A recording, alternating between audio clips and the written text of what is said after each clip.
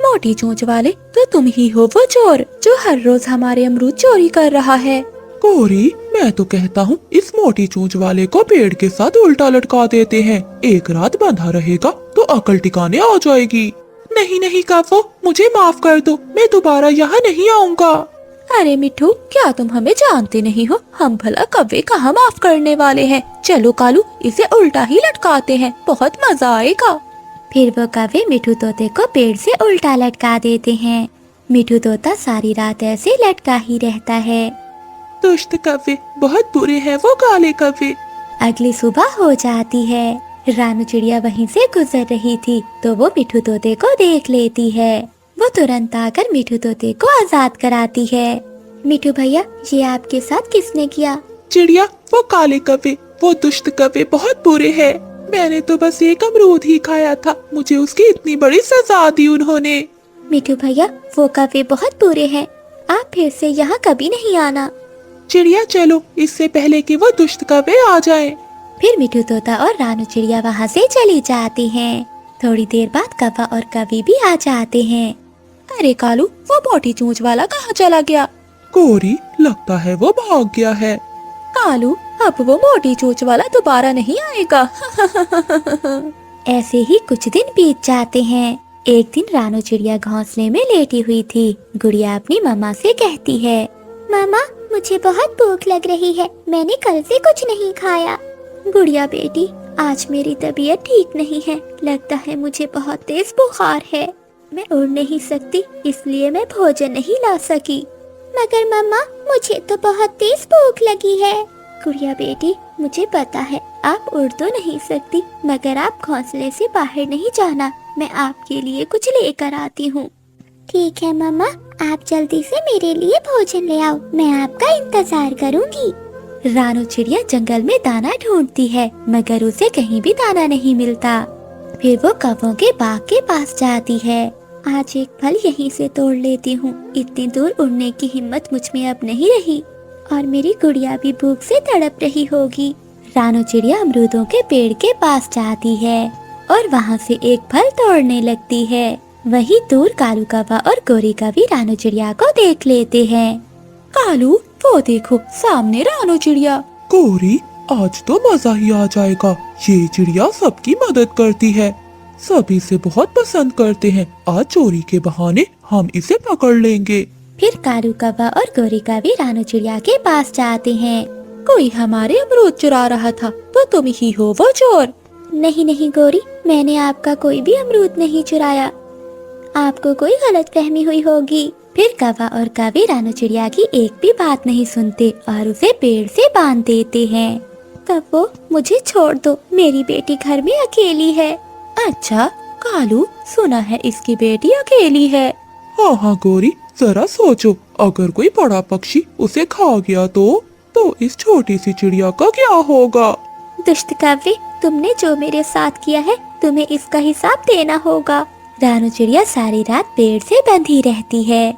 रानू चिड़िया की तबीयत पहले ही बहुत खराब थी, सारी रात बाहर रहने से वो और भी ज्यादा बीमार हो जाती है। मम्मा अभी तक क्यों नहीं आई? मैं मीठू अंकल से जाकर पूछती हूँ। मीठू तोते का घर पास में ही था। गुड़िया मीठू तोते के घर जाती है। मीठू अंकल, मेरी मम्मा मेरे लिए फल लेने गई थी, वो अभी तक लौट कर नहीं आई। गुड़िया, तुम्हारी मम्मा भला कहाँ जा सकती है? चलो हम चलकर देखते हैं। फिर मिठू तोता गुड़िया को साथ लेकर जाता है और वो पूरे जंगल में रानू चिड़िया को ढूंढते हैं, मगर उन्हें रानू चिड़िया कहीं नहीं मिलती। तभी उड़ता हुआ कबूतर वहाँ आता है। मिठू, मैं उन कौवों के बाग से गुजर रहा था कि मुझे वहाँ चिड़िया बंधी हुई नजर आई। तुम्हें तो पता है कि मैं अकेला कुछ नहीं कर सकता, इसलिए मैं तुम्हारे पास आ रहा था। मेरी मम्मा ठीक तो है ना अंकल? हाँ गुड़िया बेटी, तुम्हारी मम्मा ठीक होगी। फिर वो सब उड़ते हुए रानू चिड़िया के पास जाते हैं। फिर वो सब रानू चिड़िया को आजाद कराते हैं। माँ, मुझे माफ कर दो, मैंने आपसे जिद की कि मुझे फल खाना है। गुड़िया बेटी, तुम चिंता नहीं करो, मैं बिल्कुल ठीक हूँ। फिर कौवा और कौवी भी वहाँ आ जाते हैं। कालू, जरा देखो इन पक्षियों को, इन सब की कितनी हिम्मत कि इन्होंने चिड़िया को आजाद कराया। काले कौवो, तुम बहुत बुरे हो, तुम दोनों को इसकी सजा जरूर मिलेगी। चलो कालू, इन पक्षियों को मजा सिखाते हैं। कालू कौवा और गोरी कौवी पक्षियों पर हमला करने ही वाले थे कि वहाँ चील आ जाती है। अरे पक्षियों, क्या हुआ? तुम सब मेरे बाग में क्या कर रहे हो? चील दी, ये बाग हमारा है। तुम्हारा ये कब से हो गया? मैं कुछ दिन के लिए यहाँ से गई तो तुमने मेरे बाग पर कब्जा कर लिया। हाँ चील दी, इन कौवों ने हम पर बहुत अत्याचार किया है। पहले मुझे पेड़ से उल्टा लटकाया और रात को चिड़िया को भी यहाँ बांधे रखा। अरे काली कौवों, तुम्हारी इतनी हिम्मत! फिर चील कौवों पर हमला करती है और उन्हें बहुत मारती है। फिर चील कौवों को पेड़ से उल्टा लटका देती है और वो सारी रात पेड़ से ऐसे ही उल्टा लटके रहते हैं। आधी रात को भेड़ियों की आवाज सुनकर विधवा गोरी कौवी की आंख खुल जाती है। मुन्नी, जग्गू, कहाँ हो तुम? गोरी कौवी डरते हुए अपने घर से बाहर आती है। ये बच्चे कहाँ चले गए? मुन्नी, जग्गू, कहाँ हो तुम? आधी रात को गोरी कौवी की आवाज सुनने वाला कोई नहीं था। मैंने कितनी बार कहा है कि रात होने से पहले घर लौट आया करो, मगर मेरी सुनता कौन है? अब आधी रात को मैं उन्हें कहाँ ढूंढूं? आधी रात को गोरी कौवी पूरे जंगल में अपने बच्चों को ढूंढती है, मगर उन्हें अपने बच्चे कहीं नहीं मिलते।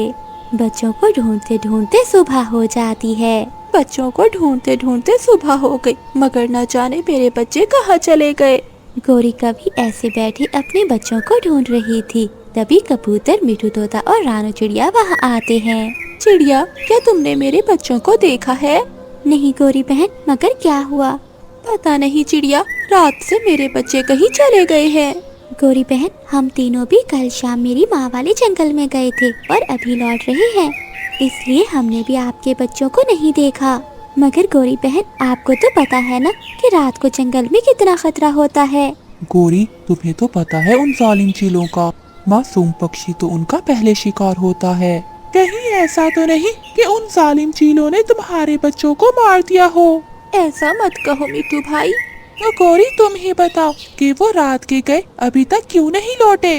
ऐ ऊपर वाले, मेरे बच्चे सलामत हो। फिर गोरी कौवी अपने बच्चों को ढूंढते ढूंढते आगे चली जाती है। अपने बच्चों को ढूंढते ढूंढते वो एक नदी के पास जाती है, जहाँ एक कौवे के साथ उसे अपने बच्चे दिखाई देते हैं। मुन्नी, जग्गू, माँ, आप रात भर कहाँ थे मेरे बच्चों? मैं तुम्हें रात से पागलों की तरह ढूंढ रही हूँ। दरअसल कसूर इनका नहीं है। ये कल रात मेरे बच्चे के साथ खेलने आए थे, मगर रात होने के कारण मैंने इन्हें घर नहीं जाने दिया। हाँ माँ, अंकल की बेटी गुड़िया हमारी दोस्त है, इसलिए हम उससे खेलने यहाँ आए थे। बच्चों, तुम्हें पता भी है कि रात से मैं कितनी चिंता में थी। मम्मा, अंकल हमें घर ही छोड़ने आ रहे थे। बच्चों को देखकर गोरी कौवी की जान में जान आती है। मेरे बच्चों की जान बचाने के लिए आपका बहुत बहुत शुक्रिया। ये तो मेरा फर्ज था। अगर आपको बुरा न लगे तो मैं आपसे एक बात पूछूं? हाँ हाँ, पूछिए। आप इतने खतरों से खेलकर यहाँ आई, आपका पति कहाँ है? वो अब इस दुनिया में नहीं है। माफ करना, आपको दुखी करना मेरा मकसद नहीं था। चलो बच्चों, चलें घर। एक बात कहूँ, अगर बच्चे रोज आना चाहे तो उन्हें यहाँ आने देना। मैं उन्हें अपनी बेटी जैसा ही प्यार करूँगा। जी जरूर।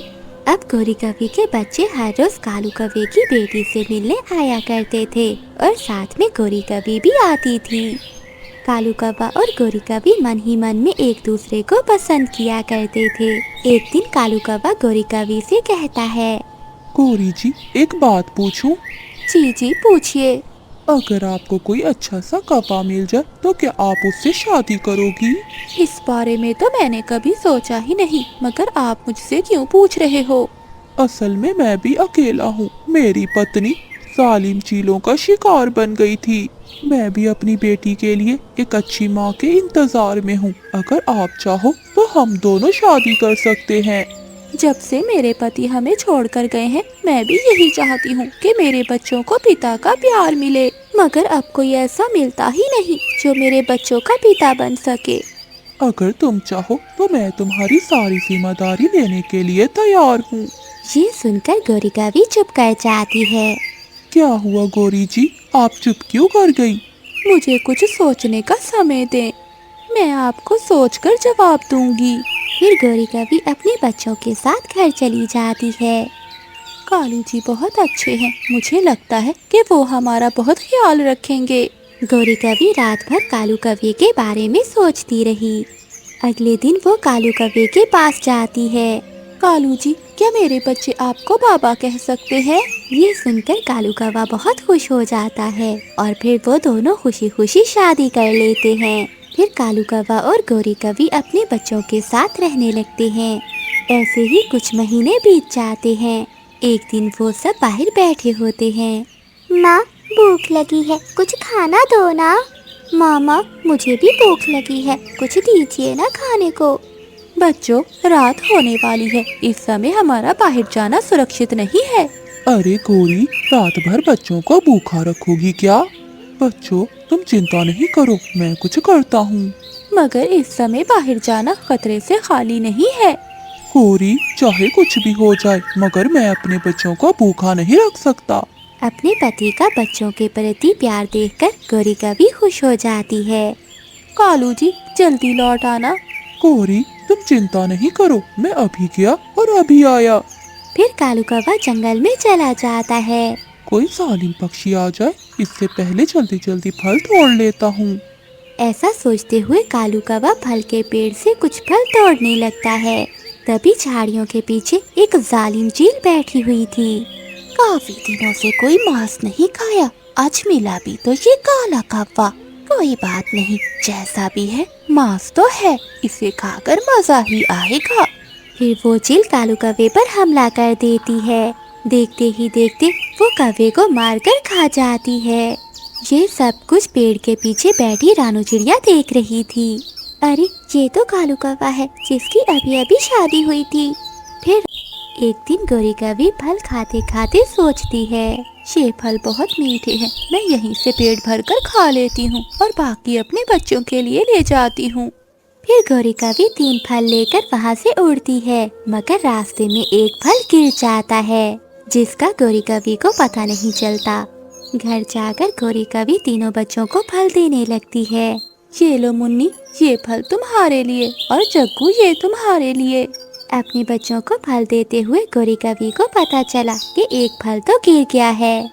अरे, तीसरा फल कहाँ गिर गया? गुड़िया बेटी, लगता है तुम्हारा फल रास्ते में ही गिर गया है।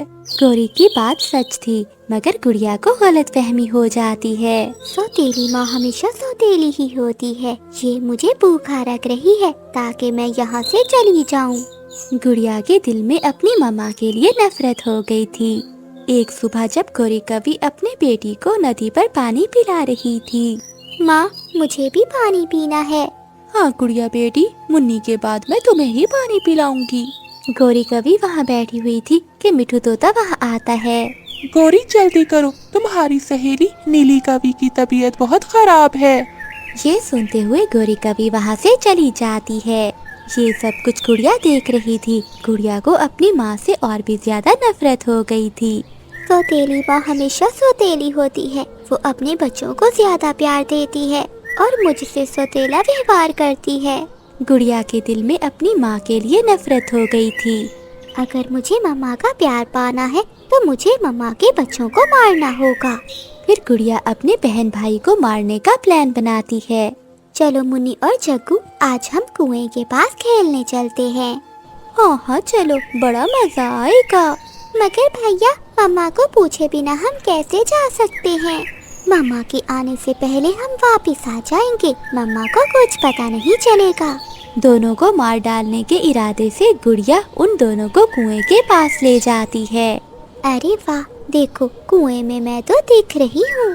फिर वो सब कुएं में देखने लगते हैं। वो दोनों कुएं में देख रहे होते हैं, तभी गुड़िया पीछे से उन्हें कुएं में धक्का दे देती है। जग्गू और मुन्नी कुएं में गिरकर मर जाते हैं। अब सौतेली माँ सिर्फ मुझे ही प्यार करेगी। फिर गुड़िया अपने घर जाने लगती है। रास्ते में उसे गौरी कवि मिल जाती है। गुड़िया, तुम यहाँ क्यों आई हो और घर पर कौन है? मम्मा, जग्गू भैया हमें खेलने के लिए जबरदस्ती काली पहाड़ी पर ले गए थे और वहाँ गुड़िया बेटी, वहाँ क्या? मम्मा, वहाँ एक चील ने भैया और बहना को खा लिया। नहीं। गुड़िया की बात सुनकर गौरी कवि के सर पर तो आसमान टूट पड़ता है। माँ, मैं हूँ ना, आप चिंता ना करें। हाँ बेटी, मुझे तुम पर पूरा विश्वास है कि तुम मेरा सहारा बनोगी। सौतेली माँ, अब तुम मुझे सगे बच्चों जैसा प्यार दोगी।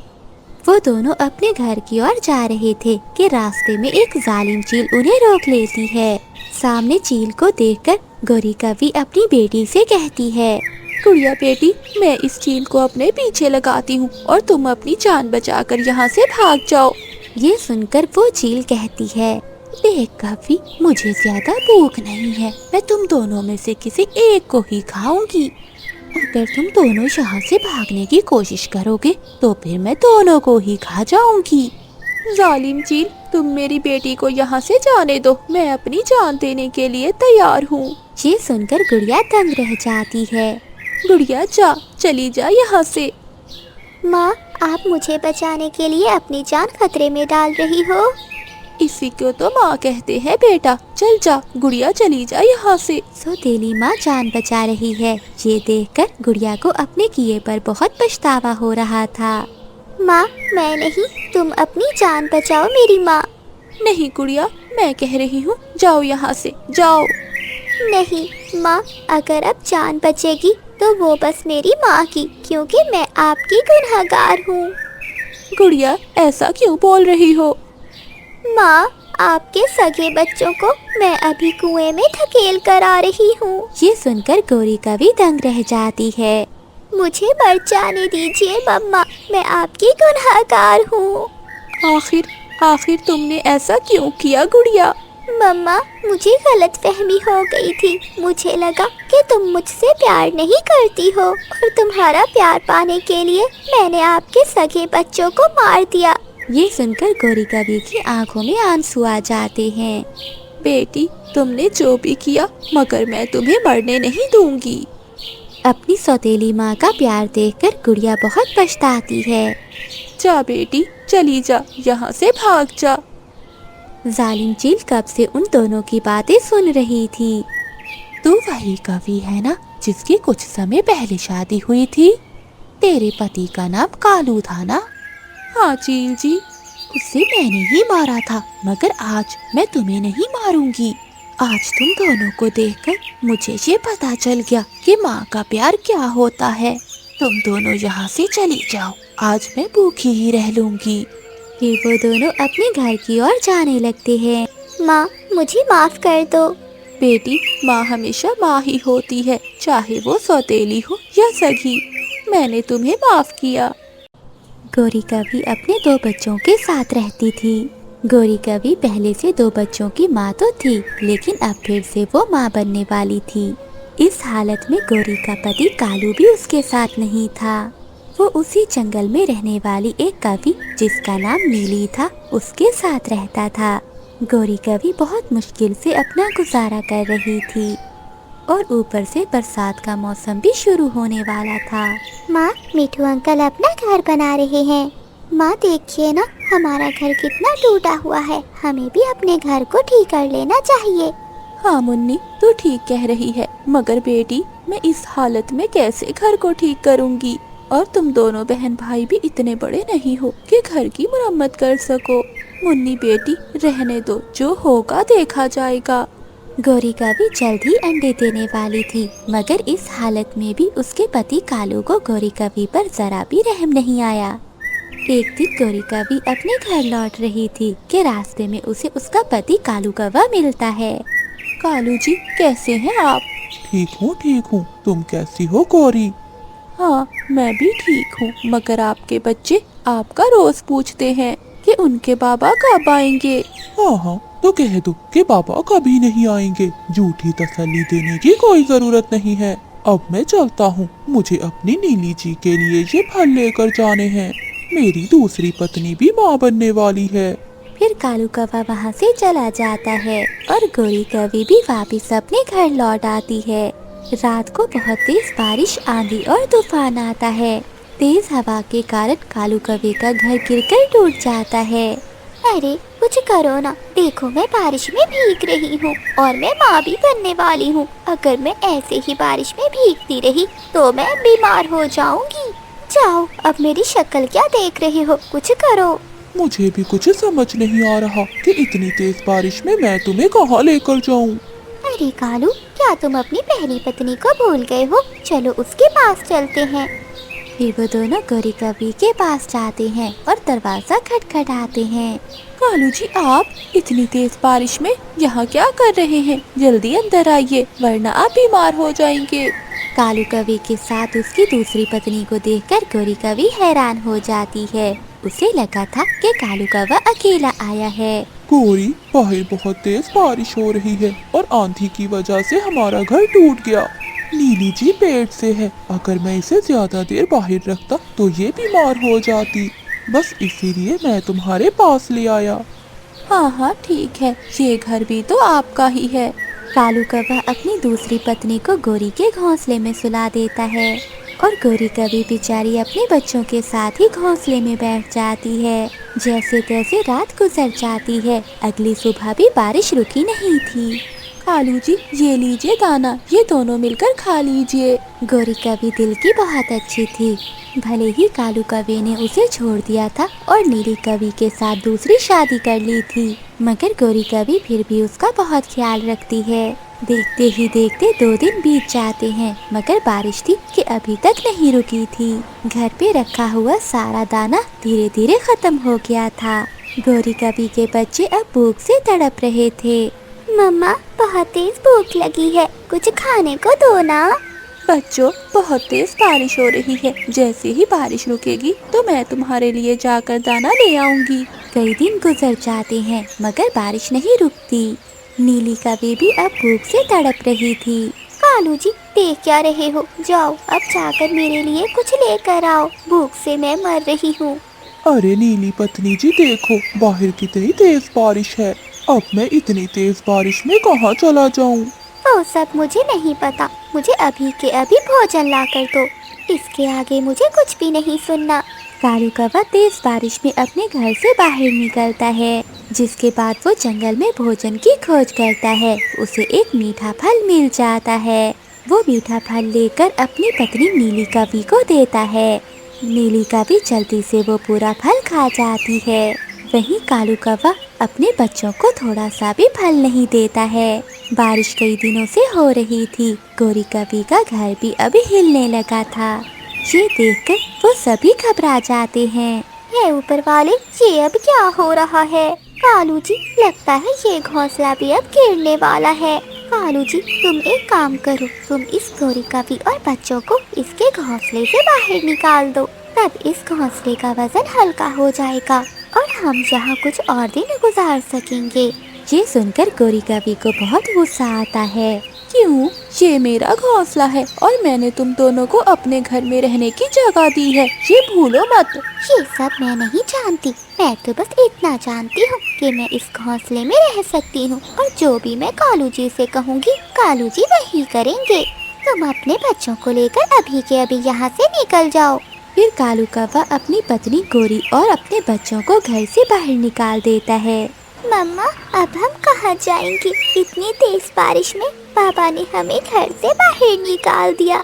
हाँ मम्मा, बाबा ने हमें घर से बाहर निकालते समय एक बार भी नहीं सोचा। गौरी कवि अपने दोनों बच्चों को साथ लेकर रानू चिड़िया के घर चली जाती है, मगर रानू चिड़िया का घर भी नीचे टूटा हुआ पड़ा था। फिर गौरी कवि अपने बच्चों को लेकर मिठू तोते के पास जाती है। मिठू तोते के घर पहले ही बहुत सारे पक्षियों ने आसरा लिया हुआ था। गौरी कवि मिठू का दरवाजा खटखटाती है। क्या हुआ गौरी, इतनी तेज बारिश में बच्चों के साथ यहाँ क्या कर रही हो? मिठू भैया, हमारी मदद करो, हमें अपने घर में रहने दो। तभी बातें सुनकर अंदर से रानू चिड़िया भी बाहर आती है। चिड़िया बहन, तुम जहाँ, मैं तुम्हारे घर गई थी मगर वो तो टूटा हुआ था। हाँ गौरी बहन, बारिशें बहुत दिन से हो रही हैं और जंगल के सभी पक्षियों के घर टूट गए हैं। मेरा घोंसला भी टूट गया है, इसीलिए मैं मिठू तोते के घर आई थी। हाँ गौरी, मेरे घर में अब और इतनी जगह नहीं है कि मैं तुम्हें भी रख सकूं। पहले ही मेरे घर में बहुत सारे पक्षी हैं। अगर मैंने किसी और को रख लिया तो ये घोंसला भी टूट जाएगा। मिठू भैया, आप ऐसा करें कि गौरी के बच्चों को मेरी जगह अपने घर रख लें। मैं और गौरी बाहर रह लेंगे। ठीक है चिड़िया, जैसा तुम कहो। फिर मिठू तोता गौरी के बच्चों को घर में ले जाता है। रानू चिड़िया और गौरी कभी बाहर बारिश में भीग रही थी। चिड़िया बहन, तुम्हारा बहुत बहुत धन्यवाद। तुमने मेरी मुश्किल समय में मदद की, मेरे बच्चों को बचा लिया। गौरी बहन, वो मासूम बच्चे हैं, वो मेरे बच्चों की तरह हैं। चिड़िया, मेरे बच्चों ने 2 दिन से कुछ नहीं खाया। गौरी बहन, मिठू के घर में भी दाना खत्म हो गया है। चलो हम जंगल से कुछ दाना ढूंढ कर आते हैं। फिर गौरी कवि और रानू चिड़िया जंगल में दाना ढूंढने चली जाती हैं। वो जंगल में दाना ढूंढ रही थी। तभी रानू चिड़िया को एक बड़ा पेड़ नजर आता है। पेड़ में एक बहुत बड़ी खोखर थी। गौरी कवि और रानू चिड़िया बारिश से बचने के लिए उस खोखर में जाकर बैठ जाती हैं। जब वो उस पेड़ की खोखर में जाती हैं, तो वहाँ बहुत सुंदर घोंसले थे। गौरी बहन, लगता है कोई पक्षी इस खोखर में रह कर गया है। हाँ चिड़िया, ये खोखर तो बहुत सुंदर है और यहाँ पर ढेर सारा दाना भी है। लगता है गौरी बहन, ऊपर वाले ने आपकी सुन ली। आज से ये घर आपका है। आप अपने बच्चों के साथ यहीं आकर रह लें। हाँ चिड़िया, तुम भी हमारे साथ रहोगी, हम सब मिलकर रहेंगे। फिर गौरी कवि अपने बच्चों को वहाँ ले आती है। दूसरी ओर वो दुष्ट कौवा और नीली कवि जिस घोंसले में रह रहे थे, वो भी गिरकर टूट जाता है। वो दोनों मुश्किल से अपनी जान बचाते हैं। वो दोनों तेज बारिश में भीगने लगते हैं। अब उनके पास रहने के लिए कोई घर नहीं बचा था। ये कर्मों की सजा थी जो उन्होंने गौरी कवि और उसके मासूम बच्चों के साथ किया था। कालू कौवा खिड़की में बैठा मिठू तोते और हरियाली तोती के जाने का इंतजार कर रहा था। मिठू जी, मुझे बहुत भूख लगी है। हरियाली, मुझे तो प्यास लगी हुई है। हम दोनों नदी पर चलते हैं। वहाँ जाकर तुम फल खा लेना और मैं पानी पी लूँगा। ऐसा कहते हुए वो दोनों पति पत्नी नदी की ओर जाते हैं। पीछे से मौका देखकर कालू कौवा मिठू तोते के घर में घुस जाता है। अरे वाह, आज तो 2-2 अंडों का ऑमलेट बनाएंगे। गौरी बहुत खुश होगी। मिठू तोता और हरियाली तोती एक पेड़ पर बैठ जाते हैं। रुकिए मिठू जी, हम तो दरवाजे का ताला लगाना भूल गए हैं। हाँ हाँ हरियाली, वापस चलते हैं क्योंकि कल ही बुलबुल का अंडा किसी ने चुरा लिया था। फिर वो दोनों पति पत्नी अपने घर की ओर जाते हैं। मिठू जी देखिए, चोर, हमारे घर में चोर घुस आया है। कालू कौवे, आज तो मैं तुम्हें नहीं छोड़ूंगा। तुम मेरे अंडे चुराने आए थे। नहीं नहीं मिट्टू, मैं तो तुमसे मिर्ची लेने आया था। मैं तुम्हें बताता हूँ अभी। फिर हरियाली तोती और मिठू तोता मिलकर कालू कौवे को मारते हैं। कालू कौवा मुश्किल से अपनी जान बचाकर वहाँ से भागता है। क्या हुआ कालू, किससे अपने पंख तुड़वा कर आ रहे हो? गौरी, मैं तो तुम्हारे लिए मिट्टू के अंडे चुराने गया था, मगर न जाने वो पति पत्नी कहाँ से आ गए और मेरी खूब धुलाई की। ऐसे ही कुछ दिन बीत जाते हैं। रानू चिड़िया अपने घोंसले में बैठी अपने अंडे को देख रही थी। कई दिन हो गए मैंने दाना नहीं खाया। आज मैं किसान के खेत से जाकर दाना खा लेती हूँ। फिर रानू चिड़िया वहाँ से चली जाती है। कालू जी, तुम प्याज काटो और मैं जंगल का चक्कर लगा कर आती हूँ। किसी का अंडा चुरा कर लाती हूँ, क्योंकि तुमसे तो अंडे नहीं चुरा होते। आज मेरा ऑमलेट खाने को बहुत मन कर रहा है। गौरी, जल्दी आना और आते हुए मिर्ची भी ले आना। घर में मिर्ची नहीं है। गौरी कभी अपने घर से निकलती है। वो रानू चिड़िया को जाता हुआ देख रही थी। वो खिड़की से रानू चिड़िया के घर में घुस जाती है। अरे वाह, आज तो हम चिड़िया के अंडे का ऑमलेट बनाकर खाएंगे। गौरी कवि अंडा चुराकर सीधा कबूतर के खेत में जाती है। लाल मिर्ची दूर से ही चमक रही थी। गौरी कवि आराम से अंडा एक तरफ रखती है और 2-4 मिर्ची चोरी करने लगती है। तभी कबूतर भी वहाँ आ जाता है। चोरनी चोरनी कहीं की, हट जाओ। मेरी मिर्ची क्यों चोरी कर रही हो? कबूतर, कबूतर मेरे भाई, मेरे घर में मेहमान आए हुए हैं। मैं उनके लिए ऑमलेट बना रही थी, बस इसलिए 2-4 मिर्ची लेने यहाँ आ गई। ये अंडा कहाँ से लिया तुमने? ये तो मैं झीलदी से लाई हूँ। मुर्गी का है ये अंडा। जाओ, दोबारा मेरे खेत से चोरी न करना। फिर गौरी कभी मिर्ची और अंडा लेकर वहाँ से भाग जाती है। कालू, रो क्यों रहे हो? गौरी, रो कहाँ रहा हूँ, प्याज काट रहा हूँ। इन कड़वे प्याजों ने मेरी आंखें अंधी कर दी है। देखो देखो कालू, मैं अंडा भी चुरा लाई और मिर्ची भी। तुमसे एक काम भी नहीं होता था। और कालू, जब मैं मिर्ची तोड़ रही थी तो कबूतर आ गया, उसने देख लिया मुझे। वो गंदी आंखों वाला कबूतर हर समय खेत में छुप कर बैठा रहता है। और गौरी, ये अंडा किसका है, किस पक्षी का चुरा कर लाई हो? ये अंडा तो चिड़िया का है, वो नहीं थी घोंसले में। फिर गौरी कभी ऑमलेट बनाने की तैयारी करती है और चूल्हे में आग जलाती है। गौरी गौरी, ये अंडा तो हिल रहा है, अंडे से लगता है बच्चा निकलने वाला है। अंडा फूट जाता है। अंडे में से एक छोटी सी चिड़िया बाहर निकलती है। मेरी तो किस्मत ही खराब है, जब भी ऑमलेट खाने का सोचती हूँ कुछ न कुछ नया ही हो जाता है। खुशबू तो बहुत प्यारी आ रही है। मेरी मम्मा मेरे लिए क्या बना रही है? पापा, मैं जोर जोर से अपनी चोंच मार रही थी अंडे में, मगर आपने मेरी अंडा तोड़ने में मदद नहीं की। मैं आपसे नहीं बोलूंगी। छोटी चिड़िया ऐसे बोले जा रही थी, मगर कालू कौवा और गौरी कौवी बस उसे देख ही रहे थे। मम्मा पापा, आप दोनों का रंग तो काला है, मुझे नहीं अच्छा लगा। जब मैं बाहर जाऊंगी तो मेरे दोस्त मेरा मजाक उड़ाएंगे। मम्मा मम्मा, आप ऐसा करना कि रंग गोरा करने वाली क्रीम लगा लेना, और पापा का तो ऐसे ही काला रंग अच्छा लग रहा है। चुप चुप कर जा चिड़िया की बच्ची, अंडे से बाहर क्या आई, हमारे तो कान ही खा लिए। गौरी, प्याज भुन गए तो ऐसे ही मिर्ची डालकर ले आओ, आज फिर से ऑमलेट नहीं मिलेगा। फिर कौवा और कौवी छोटी चिड़िया को घर में छोड़कर बाहर चले जाते हैं। जब रानू चिड़िया दाना खाकर वापस आती है तो घोंसले में अपना अंडा ना देखकर रोने लगती है। जालिम जालिम है वो, जो मेरा अंडा चुरा कर ले गया। मेरे अंडे ने किसी का क्या बिगाड़ा था? मैं अपना अंडा कहाँ से लूंगी? मैं कहाँ से लूंगी अपना अंडा? मामा चिड़िया ऐसे बैठी रोती रहती है। कालू, इस छोटी चिड़िया का क्या करना है? गौरी, मैं तो कहता हूँ उसे पहाड़ों में जाकर छोड़ आओ। अगर किसी को पता चल गया कि हमने अंडा चुराया है तो सारे पक्षी मिलकर हमें जंगल से निकाल देंगे। मैं रात को जाऊंगी और ठिकाने लगा दूंगी उस छोटी चिड़िया को। फिर रानू चिड़िया कौवों के पास आती है। गौरी और कालू, किसी ने मेरा अंडा चुरा लिया है, क्या आपने किसी को देखा है? ना ना, हमने किसी को नहीं देखा, हम तो अभी अभी दूसरे जंगल से आए हैं। मैं तोते और कबूतर से जाकर पूछती हूँ। कबूतर कबूतर भैया, किसी ने मेरा अंडा चोरी कर लिया है। मैं थोड़ी देर पहले दाना खाने बाहर गई थी कि किसी ने मेरा अंडा चुरा लिया। फिर कबूतर को गौरी कौवी की बात याद आती है। वो गौरी कभी भी आज एक अंडा लेकर आई थी। जब मैंने पूछा तो उसने कहा कि वो झील से मुर्गी का अंडा लाई है। कबूतर भैया, वो कौवे तो मुझे रास्ते में मिले हैं, वो आज दूसरे जंगल गए हुए थे। रात हो जाती है। रानू चिड़िया अपने घोंसले में उदास बैठी हुई थी और गुड़िया आराम से गौरी के घोंसले में सो जाती है। देखो तो कालू, सियानी माँ कैसे मेरे घोंसले में लेटी हुई है, मैं अब कहाँ लेटूंगी? मम्मा, मैं जाग रही हूँ। मम्मा, आप फिक्र ना करें, आप मेरे साथ सोएंगी।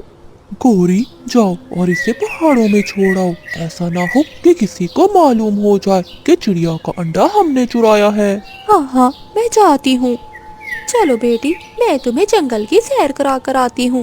मम्मा, अभी तो रात है, आप मुझे सुबह लेकर जाना जंगल की सैर कराने। बेटी, कल तो मुझे दूसरे जंगल जाना है, तुम अभी मेरे साथ चलो। फिर गौरी कौवी गुड़िया को अपने साथ पहाड़ों पर ले जाती है। तुम यहाँ बैठो और मैं तुम्हारे लिए मीठी कैंडी लेकर आती हूँ।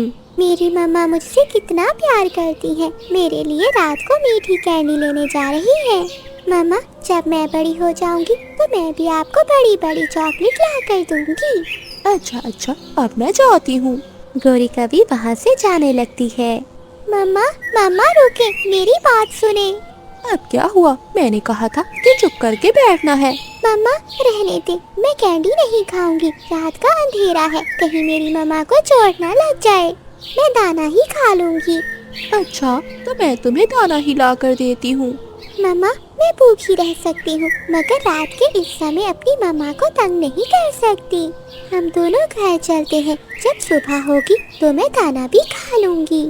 इस छोटी चिड़िया के तो हर बात से प्यार झलक रहा है और मैं कितनी जालिम हूँ जो एक बच्ची को मारने चली थी। गौरी कवि ऐसा सोचती है और गौरी कवि की आंखों में आंसू आ जाते हैं। चलो बेटी हम घर चलते हैं। गौरी कवि छोटी चिड़िया को वापस घर ले आती है। गौरी क्या हुआ, इसे वापस क्यों ले आई हो? कालू, मैंने सोच लिया है कि मैं कल इसे इसकी माँ के पास छोड़ आऊंगी। गौरी ऐसे तो हम पकड़े जाएंगे। जो होगा देखा जाएगा। अगली सुबह हो जाती है। गौरी कवि छोटी चिड़िया को साथ लेकर रानू चिड़िया के पास जाती है। रानू चिड़िया, मैंने ही तुम्हारा अंडा चुराया था और ये बेटी तुम्हारी है। फिर रानू चिड़िया अपनी बेटी को गले से लगाती है। गौरी बहन, आपका बहुत बहुत शुक्रिया। अगर बुराई करने के बाद आपको बुराई का एहसास हो जाए तो दिल साफ हो जाए।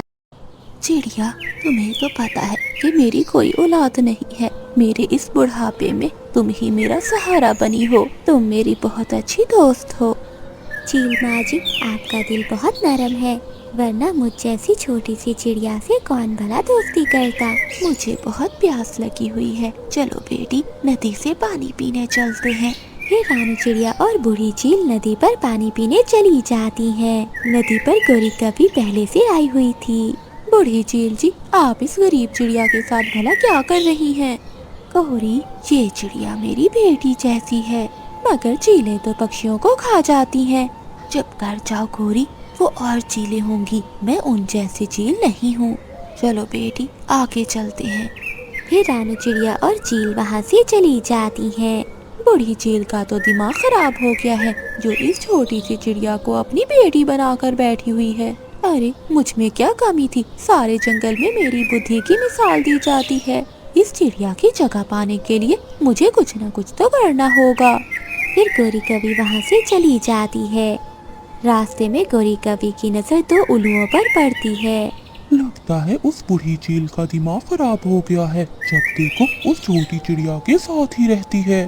तुम ठीक कह रहे हो, अगर मेरा बस चलता तो मैं उस छोटी चिड़िया को मार देता। अगर मेरा बस चलता तो मैं उस चील को मार देता और जंगल पर राज करता। वो बूढ़ी तो है, मगर अभी तक उसमें इतनी ताकत है कि वो हम दोनों को मार सकती है। तू चिंता मत कर, वक्त आने पर हम उन दोनों को मारकर जंगल पर राज करेंगे। उन दोनों की बातें सुनकर गौरी कवि सोचती है, ये उल्लू भी मेरी तरह चिड़िया के दुश्मन है। अब चिड़िया को रास्ते से हटाने के लिए मुझे कोई न कोई उपाय तो सोचना ही होगा। फिर चिड़िया की जगह मैं बनूंगी चील की सहेली और जंगल के सभी पक्षी मुझसे डरेंगे। ये सोचते हुए गौरी कवि सबसे पहले चील के पास जाती है। चील माँ जी, आप यहाँ बैठी हैं और जंगल में दो उल्लू आपको मारने की साजिश कर रहे हैं। मुझे मारना इतना आसान नहीं है कवि। मगर माँ जी, उन दो उल्लुओं का कुछ न कुछ तो करना ही होगा ना। गौरी, मैं चील हूँ, जब भी वो मुझ पर हमला करेंगे तो मैं उन्हें चीर कर रख दूंगी। फिर गौरी कवि वहाँ से उल्लुओं के पास जाती है। हम उल्लुओं के पास आते हुए तुम्हें डर नहीं लगा कवि? लगता है तुझे अपनी जान प्यारी नहीं है। उल्लुओं, पहले अपनी जान बचाओ, मैं तुम्हें आगाह करने आई हूँ।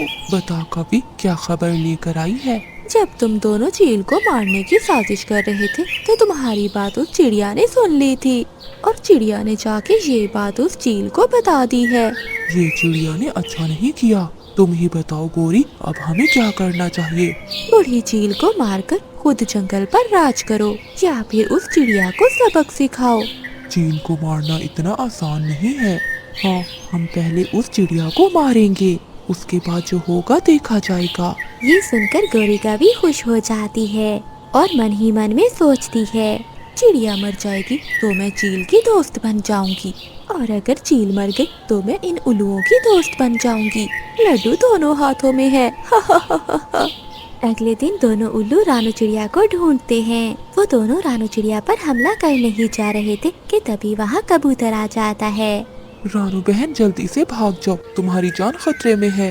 ये क्या कह रहे हो कबूतर भैया, कौन मुझे मारना चाहता है? दो उल्लू। दो उल्लू? वो मुझे क्यों मारना चाहते हैं? मैंने उनका भला क्या बिगाड़ा है? वो मैं नहीं जानता। जब मैं जंगल से गुजर रहा था तो मैंने देखा वो दो उल्लू गौरी कवि के साथ खड़े तुम्हें मारने का प्लान बना रहे थे। कबूतर भैया, मैं अभी जाकर चील को बताती हूँ। चिड़िया बहन, इतना समय नहीं है तुम्हारे पास, वो तुम्हें चील के पास नहीं पहुंचने देंगे। तो कबूतर भैया, अब मुझे क्या करना चाहिए? चिड़िया बहन, तुम इसी वक्त जंगल छोड़कर भाग जाओ और अपनी माँ के पास चली जाओ। कबूतर की बात सुनकर रानू चिड़िया अपनी माँ के पास चली जाती है। कुछ दिनों के बाद रानू चिड़िया के लापता होने की बात चील को पता चलती है। चिड़िया बेटी, तुम कहाँ चली गई? तुम्हारे बिना मुझे अच्छा नहीं लगता। रानू चिड़िया के जाने के बाद बूढ़ी चील बहुत उदास रहने लगती है। अब समय आ गया है अपनी अक्लमंदी दिखाने का। अब जाकर चील को बताती हूँ कि उन उल्लुओं ने रानू चिड़िया को मार दिया। ये सुनकर दोनों के बीच में लड़ाई होगी और जो भी जीतेगा मैं उसकी खास बन जाऊंगी। गोरी कवि की ये बातें वो दोनों उल्लू बैठे सुन रहे थे। अरे, ये कवि ने हमें धोखा दिया। हाँ भाई, ये हमें उस चील के हाथों मरवाना चाहती है। चलो हम इसे ही मार देते हैं। ऐसा कहते हुए वो दोनों गोरी कवि के पास आते हैं। वो दोनों उल्लू गोरी कवि पर हमला करने ही वाले थे कि वहाँ चील आ जाती है और वो दोनों उल्लुओं की खूब पिटाई करती है। उल्लू चील के डर से वहाँ से भाग जाते हैं। गौरी, मैं बूढ़ी हूँ मगर मुझ में अभी भी इतनी ताकत है कि मैं अपने जंगल के पक्षियों की रक्षा कर सकूं। मैंने चील का बुरा चाहा मगर चील ने मेरी जान बचाई। चील माँ जी, मुझे माफ कर दीजिए। माफी? माफी किस लिए? रानू चिड़िया को जंगल से भगाने वाली मैं थी। मैंने आपकी दोस्त बनने के लिए उन उल्लुओं को भड़काया। ये तुमने अच्छा नहीं किया गौरी, तुम्हें इसकी सजा जरूर मिलेगी। मुझे इस बात का पछतावा है। चील, आप मेरी जान भी ले सकती हो। गौरी, जो गलती कर कर पछताता है उसे माफ कर देना चाहिए। जाओ, मैंने तुझे माफ किया। चील माँ जी, चिड़िया मेरी वजह से जंगल छोड़कर गई, अब मैं उसे वापस लेकर आऊंगी। फिर वो दोनों रानू चिड़िया को ढूंढते ढूंढते रानू चिड़िया के माँ वाले जंगल पहुँच जाते हैं। रानू चिड़िया बूढ़ी चील को देखकर खुश हो जाती है। चील माँ जी, आप? हाँ चिड़िया, मैं तुम्हें लेने आई हूँ। फिर गोरी कवि ने रानू चिड़िया को सारी बात बताई। चिड़िया, मुझे माफ कर दो। कोई बात नहीं गोरी बहन, अगर चील माँ जी ने आपको माफ कर दिया तो मैंने भी आपको माफ कर दिया है। आज से तुम मेरी दोस्त हो और हम दोनों चील माँ जी की बेटियाँ हैं। उस दिन के बाद गोरी कवि सुधर गई।